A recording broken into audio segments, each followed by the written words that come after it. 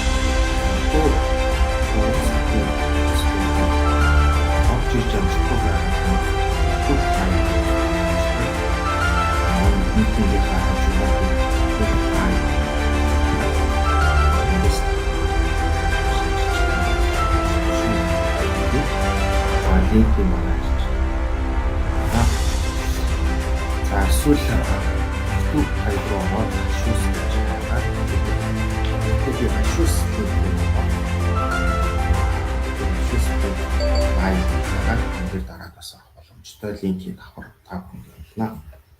За өнөөдөр би та бүхэнд чухал хөтөлбөрөөр танилцуулъя. Эхлээд бол зөвхөн хөгжил маркетингийн газраас та бүхэнд ер нь нэгдсэн системийн талаар товчхон танилцуулна. Дараа нь зөвхөн хөгжил маркетингийн газрын мэдээлэл техникийн систем хариуцсан инженер Саран гэрэл систем рүү хэрхэн нэвтрэх үү? За системтэй холбоотой асуудлуудыг ярив.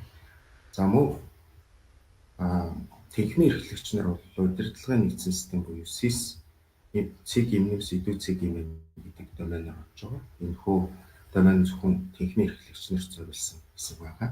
За энэний талаар бас тайлбарлана. За ингээд асуулт хариулт гэсэн ийм байдлаар товчхон та бүхэндээ мэдээлэл өгч онлайнаар уулзалтыг хийх хүсэж байсан юм аа. За та бүхэнд хөтөлбөр бол ийм яригдсан байгаа гэж найдаж байна. За одоо ингээд хөтөлбөрийн дагуу би та бүхэнд системийн талаар танилцуулъя.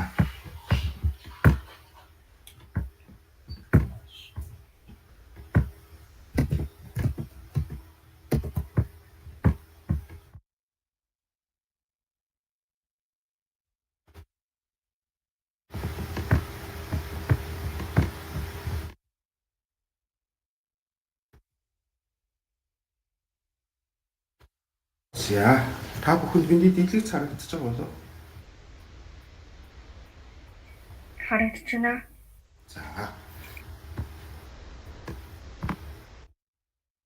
За шинэ 2025 онд бид бол багшийн мэдээллийн нэгдсэн системийн багшийн системийг нээж байна. За энэ дараагийн удаа бол хүний нөөцийн систем ашиглалтанд бас бэлэн болцсон байгаа. За одоо танилцуулгууд хийгдээ зөвхөн багш гэлтгүй ажилтнууд албан агч бүгд энэ системд хамрагдахаар энэ зохицуултыг хийсэн байгаа. За шүүс нь бол ерөнхийдөө зөвхөн хөгжил маркетингийн газар бол 2024 онд дараах ажлуудыг хийлээ. За энэ нэгдсэн системийг нэвтрүүлэхийн тулд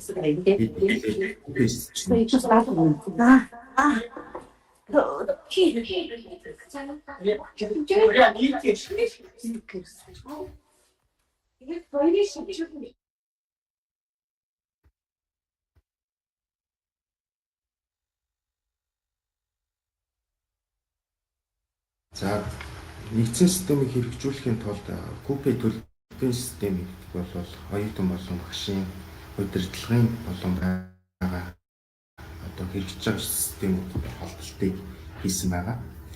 За энэ хүү Купе төлбөрийн системээр оюутны төлбөрийг авснаар за энэ Купе төлбөрийн системийг хамгийн анх бол эсэлтэн дээр ашигласан. Эсэлтээр бол манайх бол 2023 оны эсэлтээр бол одоо гомдол өгж байгаа оюутны өгж байгаа шинэ эсэгчийн өгж байгаа гомдлын 40-50% нь төлбөр төлөлтөй холбоотой байсан байна. За үүнийг бол оюутны хөгжил удирдлагын газартай бид бүхэн хамтраад за Купе төлбөрийн системийг яаралт оруулах ажлыг эхлүүлсэн.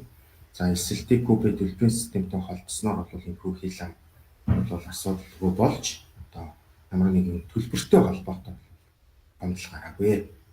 За ингээд энэ төлбөрийн системийг холбоход хамтарч ажилласан хос баяр инженер болон оюутны хөгжил удирдлагын газрын хамт олонтой. За дараагийн бидэнд одоо энэ хүү системтэй холбосон систем бол хур буюу бидний нэрлэж санджсан e-Mongolia. E-Mongolia-гийн одоо бүх дата мэдээлэл бол хур мэдээллийн санд хадгалагдсан байдаг. Энэ хүү хур мэдээллийн системтэй бид нар холбогдсноор оюутны төлбөр, оюутны талаарх бүх мэдээллүүд, шинээр ажиллаж орж байгаа хүмүүс, багш ажилчдын мэдээлэл, нийгмийн даатгал, эрүүл мэндийн даатгал болон бусад одоо нэлээд 28 багц мэдээллийг бид авах боломжтой болсон. Ингээд шууд холболтуудыг хийгдсэн байгаа. Бид ямар нэгэн байдлаар одоо хур мэдээллийн системээс одоо файлаар авахгүйгээр шууд цаанаас систем хоорондоо автоматар холбогдсон байна. Бол энэ удирдлага буюу оюутны төлбөр төлөлт энэ бүрэлдэхүүн сургуулиуд ашуусан 28 нэгжүүдийн одоо гүйлгээг хянах зорилгоор одоо хаан corporate gateway системтэй холболтыг хийсэн байгаа. Тэгэхээр энэ нь бол 30 минут тутам автоматар энэ мэдээллийг шинжилж байгаа ийм системд холбогдсон байгаа. Хамтдаа хамтарч хийгдсэн байгаа. За ер нь ашуусын нэгдсэн систем нь дараах бүрэлдэхүүнсүүдээс тогтно. Нэгдүгээрт бол удирдлагын систем. За энэ дээр бол техник эрхлэгч та бүхэн бас энэ товч мэдээллүүд одоо өгнө. За удирдлагын систем бол хамгийн эхлээд ашиглалтанд орсон систем байгаа. За энэ хүү систем дээр бол төгсөлтийн мөнгө суралтын бодлого зохицуулалтын газар, оюутны хөгжил удирдлагын газар гэх мэтлэн захиргааны арга зүйчнэр холбогдох албан хаагч, албан тушаалтан энэ системээр нэгдэнэ. За мөн тэнхимийн эрхлэгч нар энэ системээр нэгдэх юм аа. Бүрэлдэхүүн арга зүйч болно. Энэ систем дээр бол илүү нөгөө дөнгөгийн одоо тохиргоо мөн одоо хичээлийн хуваарийн тохиргоо хийгдэх боломжууд энэ систем дээр байгаа. За дараас эсэлтийн систем байна. За хүний нөөцийн систем, сургалтын албаны систем, оюутны систем, багшийн систем, үнэлгээний систем, эрдэм шинжилгээний систем, санхүүгийн систем, мониторинг, цахим хичээлийн систем гэдэг ингээд 10-аас дээшийн системүүд хоорондоо холбогдож байгаа учраас үнийг ашуусын нэгдсэн систем гэж нэрлэж байгаа. За бидний одоо анагаахын шинжилгээний үндэсний сургууль байсан өмнөх систем бол оюутны систем, багшийн систем хоёр л байсан. Удирдлагын хэсэгтэй, багшийн систем дотроо удирдлагын хэсэгтэй тусдаа биш. Одоо энэ системүүд 10 хэдэн системүүд хоорондоо нэг баазан дээр мэдээллийг авч хоорондоо уялдаатай ажиллах юм аа.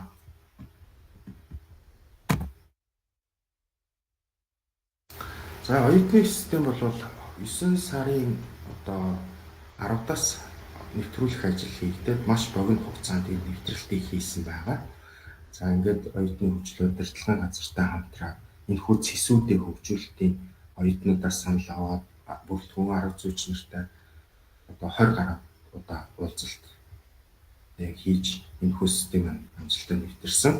За оюутны систем бол одоо 10 сарын эхээр одоо оюутны хэрэглээнд нэвтрээд одоо бол тогтмол үйл ажиллагаанд хэвийн явагдчихэ. Бүх төлбөр төлөлтийг оюутны системээр авсан. За та бүхэн мэдж байгаа бид оюутны төлбөрөө авч чадахгүй 1-ээс 6 дугаар дамжаанд хүртэл суралцсан оюутан хүртэл байсан. За 2024 оны намайг ажиллаа авч явах үед энэ асуудлаар захиргааны зөвлөл болон захирлууд яригдж байсан. Тэгэхээр үүнээс хойш энэхүү нэгдсэн систем мэдэрснээр энэ асуудлыг одоо шийдэх болов гэж бид найдаж байна. Яагаад гэхээр багш удирдлага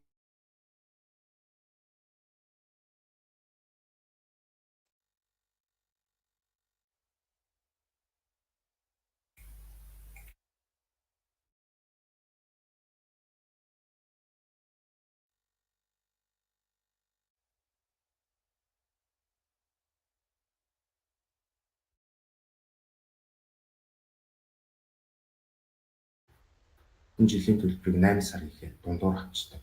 Тэгээ хас жилийн төлбөр бол 2 сард 1 сард дундуур авчдаг байсан. За манайх бол дараа төлбөрт байдлаар ингэж яваад байсан учраас төлбөрийн авлага маш их өссөн байсан. За оюутны систем 11 сард ашиглалтанд ороод нэвтрүүлэлт явснаар бол одоо бол үр авлага харьцаа бол тэнцүү. Өөрөөр хэлбэл шаардлагатай оюутнуудаас төлбөрийн ихэнхийг авсан байгаа. Тодорхой өртөө оюутнууд байгаа. Тэд нь тодорхой шалтгаанаар төлбөрөө төлж авч байгаа гэж ойлгосон. За одоо бид бүгдийн өнөөдрийн уулзалтын гол сэдэв болох танхимын эрхлэгч нарын орох удирдлагын систем гэж байна. За энэ удирдлагын системийн доменыг энэ миний дараа ярих саран гэрэл мэдээлэл систем хэрэгцээ инженер байна. Та бүхэнд бол сэсүүдийн талаар нөрчлөн тайлбарлах учраас энийг давхардуулахгүй үднээс товчхон мэдээлэл хүргье. За энэ систем рүү бол SIS буюу SIS цэг юмнуу сэдвүү цэг юм гэдэг доменоор нэвтэрч орох юм аа. За энэхүү одоо систем дээр ямар давуу талууд гарч байгаа вэ гэхээр төгслийн өмнөх сургалтын бодлого зохицуулалтын газар болон одоо захиргааны арга зүйч нараас хуваар авлаад орно. За ингээд хуваар орсны дараа тэнхимийн эрхлэгч нар дээр бүрэлдэхүүн арга зүйч одоо тэнхим нэгж рүү хуваарийг зон. За тэнхимийн эрхлэгч нар бол хэн багш аль хичээлийг орох вэ гэдэг хуваарлтыг хий. За энэ нь бол тэнхимийн эрхлэгчийн одоо эрх мэдэлд байх ёстой гэж журам дээр заасан учраас иймэрхүү байдлын хөгжүүлэлт хийсэн байна. За тэнхимийн эрхлэгч бол тэгэхээр өөрөө энэ хичээлийн жилд хэн багшаар хэдэн оноо заалгах гэдэг энэ одоо хяналтаа бас хийх боломжтой. За дунд нь бас өөрчлөлтийг хийх боломжтой гэдгээр хэлсэн байгаа. За үүний энэ хуваарлт хийснээр бол тэнхимийн багш нар болон тэнхимийн эрхлэгч өөрөө дүн оруулах эрх нь үүснэ. Давхар эрцээ бүртгэл хийх оюутнууд нь өөрийнх нь багшийн системээр ороод ирэх юм байна. Тэгэхээр багшийн эрц ингээ бодогдоод явхаар багшийн эрцийг QR кодоор бодно. QR код үүсгэж багшийн QR кодыг оюутан уншуулах байдлаар багшийн хичээл заасан эрц бүртгэгдэж оюутны хичээлдээ суусан эрц маань давхар бүртгэгдэж явах юм байна. За ингээд хоёр эрц нь орсноор багшийн цагийн ачаал автоматар одоо өнөөдөр хичээл орсон байлаа гэхэд автоматар 4 оноо одоо систем дээр бодогдож орох юм байна.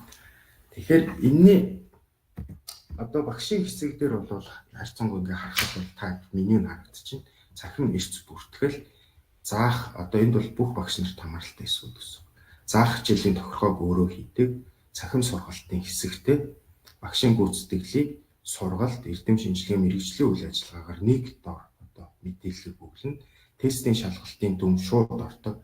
За та бүхэн бол мэдж байгаа e-learning дээр хичээлүүдээ, тестүүдээ жижиг явцын тестүүд байсан e-learning дээр аваад e-learning-осоо дүнгээ xCloud руу шилжүүлж хийдэг гэсэн бол энэ систем дээр одоо хөгжүүлэлт нь бол 2 сараас дуусчихаар зөвхөн тестийн хэсгийн хөгжүүлэлт дуусчихаар тест авсан дүн шууд автоматар багшийн систем рүү ингээ орчих юм байна. Тусдаа шивэх шаардлагагүй гэсэн. За дараа нь болохоор хичээл орсон оюутнуудаас судалгаа авах боломжууд бүрдэж байгаа. Заасан хичээл дээрээ бид судалгаа хийхийн тулд цаасаар оюутнуудаа судалгаагаа хараагаад боловсруулалтаа хийгээд үр дүн хардаг байсан бол энэ нь бол автоматар үүснэ. За мөн оюутны систем дээр оюутны хөгжлийн удирдлагын газар бол тусдаа одоо нэгдсэн одоо бүх оюутанд хамааралтай судалгаа хийсэн.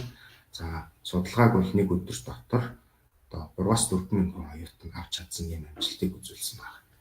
За энэ бол бүрэн хэрэгжих боломжтой систем байна. За тэгээ ер нь багшийн систем маань нэг ийм онцлогтой. LMS буюу xCloud бол зөвхөн багшийн систем буюу удирдлагын хэсэг юм байсан. Өөрөөр хэлбэл багш зөвхөн одоо дүн оруулдаг.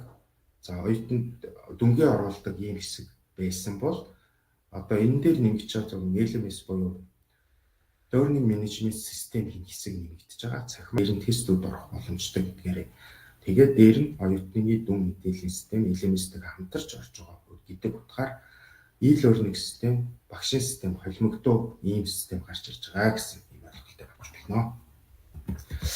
За ингээд та бүхэнд бол энэ хүү системийг ашиглахад дараах зүйлүүдийг анхаарна. Эхлээд та нэвтэрч орохдоо таны имэйл хаяг нэвтрэх нууц өгөө одоо регистрийн 8 оронгоор хийгдсэн байгаа учраас энэ бол нууцлалтай мэдээлэл биш ээ. Тэгэхээр мэдээллийн аюулгүй байдлын хувьд хувь хүн альбаа албан хаагч бол нууцлалыг хэрхэн чанд хадгалах ёстой вэ гэхээр нэвтрэх нууц үгээ заавал солих ёстой. Эхний нэвтрэл дээр одоо 5 дахь өдөр бүх оолоор ашуусан оол имэйлээр та бүхэнд мэдээлэл ирсэн ба ашуусан багшийн системд нэвтэрч үзээрэй гэдэг. Тэгээ зарим дээр нь асуудал гарсан тэр дорн шийдвэрсэн 10 хэдэн хүнтэй лист гарсан байсан. Тэгэхээр 800 хэдэн багш дээр 10 хэдэн нэвтрэлтийн асуудлыг тэр дорн шийдсэн. Зарим нь бол андуураад xCloud Teacher xCloud руу орж ирээд байгаа шүү. Тэр нь биш шүү. Teacher CGIM сэдв CGIM гэдэг ингээд тусдаа домен байгаа. xCloud систем бол доогор хэрэглэхгүй байгаа. За тэгээд нэвтрэх нууц үгээ заавал солиорой гэж энд та бүхэнд сануулж хэлмээр байна. Техник эрхлэгч нар маань бас харьяалах багш нартаа энийг дахин сануулж хэлж өгөөрэй. За эрцийн системд одоо эрцээ бол системээр заавал оруулах шаардлагатай. Энэ нь түрүүн би тайлбарласан эрцээ оруулж байгаа тохиолдолд оюутны эрц бүртгэгдэн QR кодоор системээс эрцээ оруулахаар оюутны эрц бүртгэгдгээс гадна таны багшийн ачаалал жилийн эцэст ингээд автоматар бодогдох юм аа. Тэгэхээр намайг багш байх та бүхэн одоо өмнөх энэ системүүд дээр цаасан журнал дээр эрцээ бичээд ингээд жилийн эцэст 6 сарын одоо сүүлээр 9 сард орсон хичээлээ санах шаардлага гардаг. Тэгэхээр энэ систем бол тэрийг халах зорилгоор багш нарын үйл ажиллагааны одоо багшийн ачааллыг бууруулах зорилгоор ингэж хийгдсэн шүү гэж ойлгоорой. За дүнгээ бүрэн оруулж авах шаардлагатай. Удахгүй бид 30 онооны шалгалтыг бол тодорхой цаг товлоод төсөлтөө өмнөх сургалтын бодлого зохицуулалтын газраас ингээд цаг товлоод тэр хугацаанд нь оруулдаг. За тэр хугацаанд одоо бүрэн удирдлагын хугацаанд оруулж чадаагүй тохиолдолд багшид бол 3 хоног хүртэл сунгах эрхийг нөгөөд тэр дотор дахиж оруулж чадаагүй тохиолдолд одоо тухайн багш үнэхээр хичээлээ орсон уу дүнгийн асуудал байна гэдгээс төсөлтийн сургалтын бодлого зохицуулалтын газраас ингэж нэгдсэн арга хэмжээ аваад шийдвэрлэх явах юм аа. За иймэрхүү анхааруулах зүйл байна. Тэг анхаарал хандуулсан баярлалаа. За ингээд асуулт байна уу та бүхэнд?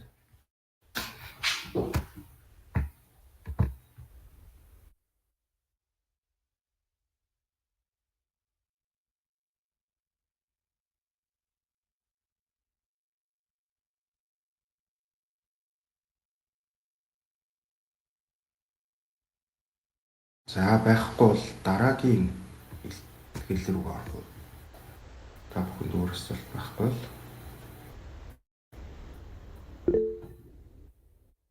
за оюун төгс сурагч профессор оюун төгс сурагч гар орсон байна.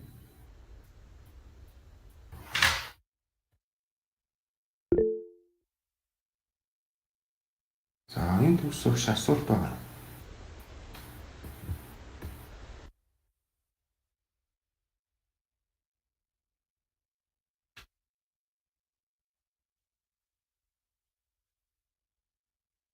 За байхгүй бол жаргалах уу гэж. Тэд профессор жаргалах уу гэж гараа өргөсөн юм. За бүгдийг өдрийн мэнд хүргье. Тэгэхээр надад нэг хоёр асуулт байна. Нэгдүгээр систем маань өчтөр орж шалгахад бол энэ тийм ээ бүрэн бас болоогүй байна гэж харсан тэр маань зөв үү? Жишээ нь одоо өмнөх нөгөө тээвширсэн шиг багшийн дүн оруулах юм уу эднээс нь бидэнд бас үст харагдахгүй байгаад байсан. Нэгд хоёрд хизээ бүрэн болох вэ? Хоёрд гэрээд багш нарыг яах вэ? Одоо чинь манай тэмцэмэнтэмаараа одоо 10 одоо гэрээд багштай одоо хичээл олж байгаа. Тэгээд энэ гэрээд багш болгон дээр ийм одоо юу хийх үү? Систем орох уу? Нөгөө систем орох уу? За баярлалаа. За энэ хоёр асуулт. Юу эхлээд бол жаргалах гэсэн асуултанд хариул. Энэ системд дүн орох талаар багш нарт юм харагдахгүй. Яагаад харагдахгүй гэхээр тэнхмээ эрхлэгч тухайн багштай хичээлээ зоож өгөөгүй учраас өгөөгүй байгаа. Өөрөөр хэлбэл одоо дараагийн энэ саран гэрэл инженерийн та бүхэн танилцуулгын энэний дагуу тэнхмийн эрхлэгч бүр багш нартай хичээлээ зоох. Тэгэхээр өөрөөр хэлбэл одоо Чихамар хоолойн сонсголын одоо юу гэдэг 1-р курсын биш ээ 3-р курсын хичээлийг 301-р хэсэгт одоо жаргалуу багш өөрөө орно гэвэл өөртөө зоож өгнө гэсэн. СИС буюу удирдлагын систем. За энэ зоож өгснөөр тухайн багшд нь хичээл нь харагдах. Одоо энэ зааварчилгаа яг миний энэ дараах ихтгэл дээр гарах юм. Та бүхэн энэ дээр анхааралтай хараарай. За хоёр дахь асуулт. Хоёр дахь асуулт нь болохоор энэ цагийн багшийг бол одоо бүрэлдэхүүн арга зүйчнэр зооно гэж би ойлгосон. Одоо тэр нь бол төслийн өмнөх сургалтын бодлого зохицуулалтын газраас л тэгж хэрэгцсэн байгаа. Ягаад тэгэхээр хүний нөөцийн та бүхэн үндсэн багш ажилчид бол хүний нөөцийн системээс зовдож байгаа. Одоо эндээс тусдаа багшийн системээс тусдаа HR цэг эмнэлс эдүү цэг юм гэсэн доминант юм том систем бэлэн болцсон ашиглалтанд орохоо. Тэгэхээр энэ систем дээр та бүхний мэдээлэлүүд орсон байна гэсэн. Тэгэхээр цагийн багшийг тэр систем дээр зоочхоор бас нэг одоо цагийн багш ч юм бол тогтвортой биш байдаг учраас энэ багшийн систем дээр нэмэлтээр оруулж өгье гэсэн юм асуудал хэрэгцсэн байна. Тэгэхээр энэ асуудлуудыг яарвчлах үүднээс бид нар бас бүрэлдэхүүн арга зүйч нартайгаа өмнө нь нэг оролцсон байгаа. Удахгүй дахиж нэг оролдоод цагийн багш нарын асуудлыг шийднэ. За, ийм хоёр. Тэгвэл энэ тийм удахгүй гэрээ багш нарын асуудал бол шийдэгдэх юм байна тийм ээ. Шийдэгдэнэ. Энийг яаралтай шийдэх. За тэгэхгүй нөгөө гэрээ багш нарын орсон ангиудын хүүхдүүдийн нөгөө эрдэнэс нөгөө дүн мөн одоо орохгүй байх магадлал удах магадлал ихтэй болчиход байгаа юм л та. Ааха. Гэхдээ тэр хооронд үнэхээр одоо яаралтай дүн одоо оруулах тохиолдолд бол үндсэн багш дээрээ хичээлүүдийн өгөөд дүнгээ нь бол оруулж иж болно. Дараа нь тэрийг сольчиж бол бас болох боломжтой. Одоо нэгдүгээр семестрт ингээ хичээлүүд нь ороод хаагдаад дууссан хүүхдүүдийн дүнгийг үндсэн багш нар дээр нь оруулчихад сүүлд нь юм бас болох юм байна тийм ээ. Тийм гэрээт багш дээр тэгээ оруулж сүүлд нь нөгөө цагийн тооцоо их болсон чинь багш нарт маань мөнгө олохгүй байх байна. Ааха. Энэ гайг байгаа. Тийм. Боломжтой тэр бол учир нь олдох байх. Баярлалаа. Заасан дөрж өгш. Миний ерөнхийдөө жаргал багштай тогтцож магадгүй. Манай дээр ажилд орж байгаад ажилч байгаад 10 сараас гэрээнд цуцлагдаад ажлаас гарсан багш байгаа. Тэрийг тэгэхээр дүнгийн би өмнөөс нь оруулж иж болох уу? Эхнийх нь хоёр дахь асуулт нь болохоор өмнө нь ашиглаж ирсэн X Cloud-аас илүү амар ойлгомжтой болчихсон гэж ойлгож болох уу? Ийм хоёр асуулт байна. Яа. Нэгдүгээр асуулт нь жаргалгүй багштай ерөнхийдөө давтцаж байгаа шиг байна тий. Тэгэхээр миний бид хэдийн уулзалтын минут бас жоохон давчуу байна. 10 минут 10 сард орсон багшийнхыг бол тэнхмэр эхлэгч өөр дээрээ үүсгээд ерөнхийдөө оролцсон зүг баха. Тэр хооронд одоо цагийн багшийн одоо бүртгэлийг хийгээд оруулах гэсээр байтал дүн нь одоо нэлээд ихэгдэж байгаа бах тий. Тэгэхээр энэ хооронд үлдсэн дэр зүг шинийг оруулж явах нь зүг бах гэж ойлголоо. Хоёрт бол за яг X Cloud-аас хялбар бишийн бол яванд харагдах баг. За би бол миний хувьас хувь хүний үднээс бол илүү хялбаршсан олон системүүдийг эн чинь холбож явж байгаа. Та бүхэн энэ танилцуулгаас харсан бол 12 систем хоорондоо уялдаатай холбож байгаа. Холбоотой ажиллагаа. X Cloud-д ерөөсөө 2 систем ажиллаж байсан багш оюутан гэдэг. Тэгэхээр 10 хэдэн систем хоорондоо үнэхээр уялдаатай ингээд нэгт ажиллаад явхад бол дараа нь бид бүхэнд бол нэлээд олон ажлыг ингээд хялбарчлах, шийдвэрлэх боломжтой гэж харж байна. За, энэ зүйл асуултыг аваад тэгээд саран гэрлийн танилцуулгыг эхлэх үү. Дараагийн хэсэг маань 2:40-оос дуусгасан. За. Сайн байна. Сайн байна уу? Юу, дүнгээ оруулах гэдэг өдөр болгон тест авчид дүнгээ оруулах гэсэн үг юм. Асуулт байгаа юм шиг тэгвэл хариулж. Ийм тэр тестийн танилцуулга багш бол ийм юм байна. Систем дээрээ тест авчлаа. Та бүхэн Google одоо Classroom ч юм уу эсвэл Google Form-оор тест авдаг гэсэн. Зарим нь e-learning-оор тест авдаг гэсэн тийм. Энд дээр тест авчаад Xcloud руу шийддэг байсан шүү дээ. Энэ систем бол тийхгүй. Энэ систем дээрээ тест авчвал тестийн дүн чи автоматар өөрөө бодогдоо орчин гэсэн үг. Та ямар нэгэн давхар үйлдэл хийхгүй гэсэн. Тийм даваа тал гарч байна. Яг явцын дүн бишээ нөгөө одоо өдөр болгон хичээлээр тест хийдэг шүү дээ. Тий. Тэрийг хоёр янзын арга байна. оруулсан. Та цаасаар аваад гараараа дүн оруулж болно. Эсвэл системээр бас авчих боломж нэгдэнэ утгагүй. Ирэх семестр Өөрөө оруулсан юм тийм. хоёр гарц хоёулаа. За бай. За одоо Саран гэрэл инженер системийн инженер одоо та бүхний багшийн системийн талаар танилцуулга хийнэ. Сара биелэгцээ шаардлагатай. Сайн байцгаана уу? Хөгжлийн өдрийн минь төргий. Захин бос маркетинг өдрийн системийн инженер Саран гэрэл байна. Биелэгцээ шаардлагатай.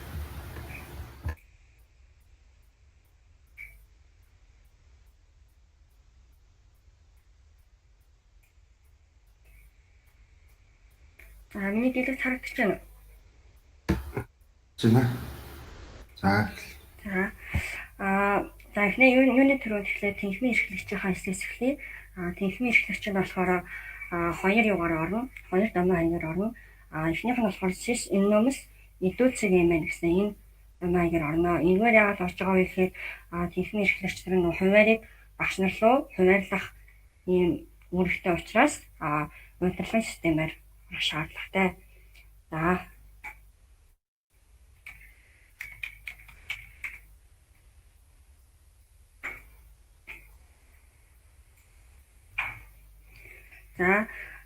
Тэнхимийн эрхлэгчийн дараах систем рүү орсноор эдгээр зэснүүд харагдана. Эхнийх нь болохоор сургуулийн хоолны хэсэг байгаа. Энэ дээр болохоор сургууль харгаанаас болон оюутны үйлчлэлийн удирдлагын газраас мөн төсөлтийн өмнөх сургуулийн болоод зохицуулалтын газраас явуулж буй үйл ажиллагаануудын зар мэдээллүүд харагдаад явна. Дараагийн зэс болохоор сургалт зэс байгаа. Сургалт зэсэн дээр болохоор таны хамаарагдаж буй тэнхимийн хичээлүүдийн багц цагийн задаргаа юмнууд бол харагдаад явна. Дараагийнх нь болохоор оюутан зэс байгаа. Оюутан зэс нь болохоор бас тухайн тэнхимд харьяалагдж байгаа анги бүлгийн бүртгэл оюутны бүртгэл нь харагдаад явна. Хамгийн сүүлийн чухал хэсэг болохоор цагийн хуваарийн хэсэг байгаа. Цагийн хуваар буюу хичээлийн хуваарийн хэсэг байгаа. Хичээлийн хуваар дээр болохоор тэнхимийн эрхлэгч нь арга зүйч нэрээ оруулсан хичээлийн хуваарийг аль хичээлийг аль багшинд орох вэ гэдэг хэсгийг хийж өгнө. Жишээ та бүхэнд харуулъя. Жишээ нь уушиг судлал гэдэг энэ хичээл байна. Энэ хичээлийг болохоор аварцыг багш орно гэж бас өөрийгөө яаж болно. Тэнхимийн эрхлэгч нь өөрийгөө бас хуваарлаж болно. Тэгээ багш нараа бас ингэ хуваарлаж өгнө. Аварцыг гээд багшаа сонгоод бусад энэ хэсгийг бол бүгдийг арга зүйч нар оруулж байгаа шүү. Багшаа сонгоод хадгалчихна.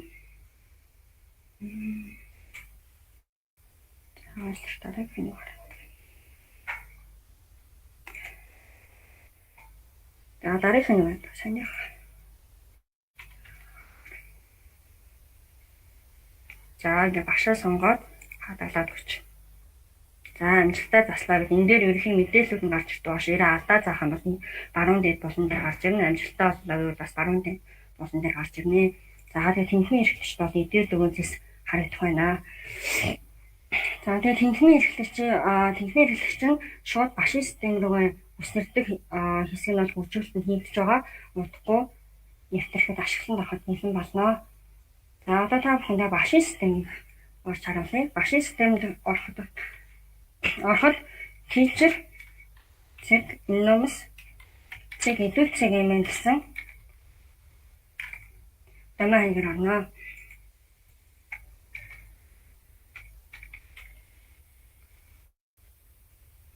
Энэ дамын хаягаар ороход дараах зэснүүд багшийн системд харагдана. Эхний зэсэнд болохоор нүүр хурц зэсэнд болохоор ерөнхий мэдээлэл, багшийн ерөнхий товч мэдээлэл болон хичээлийн хуваар сургуулиас ямар нэгэн явуулж буй мэдээллүүд харагдана. Миний профайл хэсэгт болохоор хувийн мэдээлэл, хураас татагдсан хувийн мэдээллүүд харагдана. Гэр бүл болон боловсрол хагийн мэдээллүүд орж ирнэ. Сургуулийн хоолны хэсгээр болохоор бас муу яг захиргаа болон оюутны удирдлагын газар төслийн өмнө сургуулийн бодлого зохицуулалтын газраас явуулж буй мэдээлэл үйл ажиллагаанууд календарчлсан байдлаар харагдаад явна. За дараагийн судлаа авах гэж хэсэг байгаа. Судлаа авах хэсэг нь болохоор тэнхимийн эрхлэгч нарт тухайн тэнхимийн хичээл болон багш нар тэгээд тухайн тэнхимийн хичээлийг үзэж байгаа оюутнуудаас авах боломжтой. Харин багш нь болохоор зөвхөн өөрийн зааж буй хичээл болон тэр хичээлийг үзэж буй оюутнуудаас авах боломжтой байгаа. Тэгээд судалгааныхаа үр дүнг бас ингээ харах боломжтой. За дараагийн хэсэг болохоор эрсцийн хэсэг байгаа. За эрсцийн хэсгээр болохоор түрүүний одоо тэнхимийн эрхлэгч зааж өгсөн хуваар бол энд ингээ гараад ирнэ. Бид зөвхөн тэнхимийн эрхлэгч нь хуваараа зааж иж багш нь тэр хуваар харагдана гэдгийг анхаараарай. За энэ хуваар дээр дарахад QR гарч ирнэ. Энэ QR-ыг оюутан өөрийнхөө оюутны системээс уншуулснаар оюутны эрс болон таны эрс ингээд давхар ингээд бүртгэгдээд явнаа. Чод автоматар ингээд бүртгэгдээд явах нь шүү. За тэгээ бас хэрэг хийж үзэхэд ойлгомжтой зүйлсээ үл заавар видео бичлэг нь орсон байгаа. Тэрийг давхар үзээд явах боломжтой. За хичээлээ өөр энэ бол яг илүү ойлгомжтой жоо харуулах үүднээс хийгдсэн зис байгаа. Та эндээс бас мөн хичээл хуваарийг хийлээд авах боломжтой. За дараагийн заах хичээлийн тохиолгоо. Энэ болохоор юу вэ гэхээр та бүхний одоо багшаа орж байгаа хичээлүүдийн хамгийн чухал хэсэг байгаа. Энэ нь бол жишээ нь түрүүний хуваарьтай заажсан дотор шүүрэл гэсэн хичээл ерхийн мэдээлэл нь гарч ирнэ. Хичээлийн дүнгийн задаргаа гарч ирнэ. Энэ хичээлийн дүнгийн задаргаа нь болохоор даалгавар гэсэн зарчмаар явна. Улирлын шалгалт гэдэг нь болохоор 30 онооны шалгалтыг хэлж байгаа. Энийг бол та заавал энэ дүнг бол оруулах шаардлагатай гэсэн үг. Тэгээд үлдсэн 70 онооны задаргааг бол багш та өөрөөр хийж болно. Жишээ нь эрсцийн 10 оноо ч гэх юм уу, юугийн пенталтын 20 оноо ч гэх юм уу, ингээ өөрөөр нэрлээд хийх боломжтой. За энэ ингээ хадгалаад энэ дээр устгаад дахиад ингээ буруу оруулсан бол нэмээ явах боломжтой. За сэлгэвчлийн төлөвлөгөөлөл нь энийг багш нарыг илүү эмх зэгцтэй бас нөгөө нэг юу яваасан гэсэн үгнээс ирсэн гэдэг байгаа. Жишээ нь болохоор 1-р 7 хоног дээр энэ сэдвийг орноо гэдэг гарч авч ажилласан агуулга ингээд хадгалаа явах боломжтой. Энэ болохоор та илүү эмх зэгцтэй явахд туслах баха. За дараагийн хичээлийн материал хэсэг байгаа. Хичээлийн материал дээр болохоор та өөрийнхөө зааж буй хичээлийн лекцийн PDF файл, эсвэл видео заавар, эсвэл гарын авалгууд тэр бүх юмудаа оруулах боломжтой. Энэ цаашлаад шууд оюутны системд таны хичээлийг үзэж байгаа оюутнуудад харагдаад явнаа. За дүн оруулах хэсэг. За түрүүний дотоод шүүрэл гэсэн хичээлийн юу харъя? Дүн оруулах хэсгийг харъя. За ингээд таны оруулж ирсэн улирлын шалгалт 30 оноо. За энэ хүүд ингээд магадгүй 28 оноо авсан байна. Эрсцээс заавал энэ enter дарж иж хадгалагддаг шүү. Эрсцээс гэж 8 удаа ирсэн байж болно. Би дат гэж 20 оноо авсан байж болно. Ингээд энэ дээр өссөн үнэлгээ сонгох савны 56 гэсэн бол энэ нэг авахаар байна ч гэдэм үү. Ингээд сонгоо явах боломжтой. За дараагийн хэсэг болохоор цахим сургалтын хэсэг байгаа. Цахим сургалтын хэсэг дээр болохоор түрүүний та хичээлийн материал оруулсан дээр яг адилхан хичээлийн материал дээр оруулсан материал энэ дээр бас шууд ингээд ороод явна. Тэгэхээр энэ шууд цаашлаад оюутнуудад харагдаад явна гэсэн. За шалгалтын хэсэг байгаа. Энэгээр та онлайн улирлын шалгалт болон явцын шалгалт бүх шалгалтаа авах боломжтой.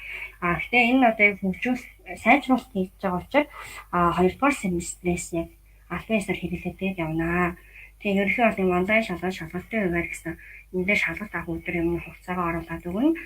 Онлайн шалгалт дээр болохоор та ямар шалгалтын тэгээ аль хичээлээр авах юм гэдэг юмудаа оруулаад өгнө. За хамгийн бас чухал хэсэг бол багшийн гүйцэтгэлийн хэсэг байгаа. Энэ хэсгээр болохоор сургалт, эрдэм шинжилгээ, мэргэжлийн үйл ажиллагаа гэсэн 3 хэсгээс бүрдэж байгаа. Сургалт нь болохоор түрүүний таны нөгөө институтээр QR уншуулсан тэр нь болохоор таны одоо сургалтын цагийн ачаалтыг бодно гэсэн. Энд дээр шууд ингэ цагийн ачаалт нь автоматар бодогдоо яваад байна. Эрдэм шинжилгээ, мэргэжлийн үйл ажиллагаа дээр болохоор та нотлох баримтуудаа оруулснаар цаашаа нөгөө нэг холбоотой газар руугаа шууд ингээ автоматар таны нотлох баримтууд нөхөрлөд тэр хүмүүс таны материалуудыг шалгаж үзээд буцаад ингээ Энэ гурван цэснээс таны 1600 оноо бүснэ гэсэн. Тэгээд энэ бол тань дээр өөрчлөж ингээд маш дэлгэрэнгүй харагдаад явна. За тэгээд дүн оруулах дээр бас нэг юм сануулмаар юунаас өмнөх зүүн дээр бол ингээд 10 шнэр дүн ба ингээд засаж болдог байсан бол энэ шинэ систем маань болохоор 10 шнэрийн талаас нь ямар ч дүн оруулах боломж авахгүй. Ийм учраас та бүхэн дүнгээ оруулахдаа сайтар нягтлж байгаадаас оруулаарай гэж зөвлөмөр байна. За тэгээд та бас өөрийн аюулгүй байдлын үүднээс баруун дээд булан дээр профайл гэсэн байгаа. Профайл дээр дарахаар нууц өгсөл гэсэн байгаа. Энэ дээр дараа та өөрийнхөө нууц үгийг санаарай. За анхаарал тавьсан явдалд баярлалаа.